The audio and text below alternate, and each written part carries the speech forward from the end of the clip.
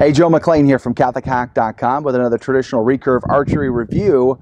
The Fast Flight versus the B50 Dacron continuous loop. Who's the winner? Stay tuned. We'll talk about it. All right, so recently I got my brand new Flemish twist Fast Flight string for my recurve bow. Got it on the 55-pound red stag. And, you know, I was pretty excited to get it. For a couple of years now, I've heard guys talk about the Fast Flight and how much performance they got out of it. But I held off because I really felt I needed to focus on consistency and accuracy first. I mean, what's the point in speed if you can't hit the broadside of a barn, right? So anyway, so here I am. It was time. This bowstring that came with my red stag was essentially disintegrating. The serving was falling apart on me. So it was time, right? So I get this string on the red stag and I start tossing arrows downrange. And as you can see from this video, it is clearly faster. The question is how much faster? Well, at the end of this video, I'll tell you exactly what the crony said when I took it to the bow range, the indoor bow range, just this week. But I want to go over a couple of things that I think are important observations about this string. Number one, it feels harsher. It just feels like more work. You can feel that energy that is just pulling every ounce of energy out of these bow limbs, right?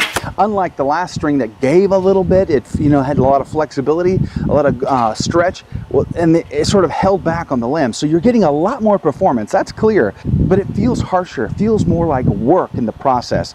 It felt like I had to work a lot harder to get the same level of consistency and accuracy that I had before with the Dacron continuous loop.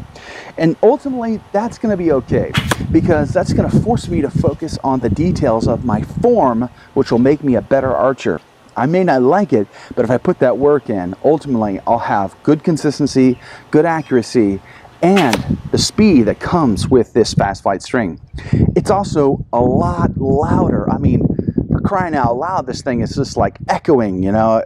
So here's the question: how do I quiet this thing down for hunting? You know, I want to go hunting this year, you know, so I need to get this thing quiet so when I'm in the woods, it doesn't sound like it's going to echo through the forest. I might as well pull out my 308, right? So here's a question: what do you use? Do you use a Fast Flight string? Comment below. What do you think? Do you like it? Do you love it? Do you hate it? How do you quiet this thing down? What's your preferred method for silencers, right? I'm probably going to go with string puffs, but I would love to hear from you. Comment below and let me know what you think. I also noticed that because of that extra speed, my arrows are fishtailing down the range there. So I'm going to have to retune the bow to the arrows, or the arrows to the bow, and get that worked out before hunting season starts. So, all right, so how fast was it? Well, I took it to the West Houston Archery store there, close to by my office, and I took it to the crony and threw some arrows through it. And 193 feet per second was my fastest time. I'm sorry, but that's impressive. You know, I know that there's faster bows, the Black Widow being one of them, but this is a $200 Samick red stag, and I'm getting 193 feet per second. That's impressive. That's really cool. That's a nice, decent performance from a bow at this price point. That's really hard to beat.